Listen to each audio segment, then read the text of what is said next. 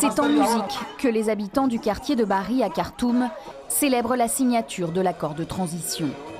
Un premier pas vers un gouvernement civil réclamé depuis des mois par les Soudanais, qui accueillent la nouvelle entre espoir et prudence. J'espère qu'avec cet accord, il va y avoir une amélioration. Mais je ne peux pas vous dire que je leur fais confiance à 100%. J'attends de ce gouvernement civil qu'il supprime les inégalités, plutôt que de les utiliser, de les renforcer.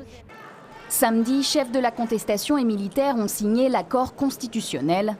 Il prévoit de transférer le pouvoir aux civils sur 3 ans et 3 mois. Une transition délicate. Dans les premiers mois, il s'agira surtout de maintenir la paix. Principale crainte, le rôle joué par Mohamed Hamdan Daglo, le général accusé avec ses milices, les RSF, de la violente répression de manifestants le 3 juin dernier.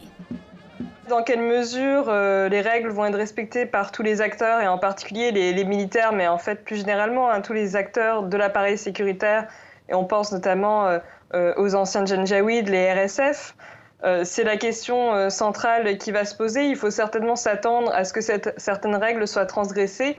Attendu dimanche, la formation du Conseil souverain, l'autorité chargée de piloter la transition, a été reportée à ce lundi. 5 militaires et 6 civils y siégeront.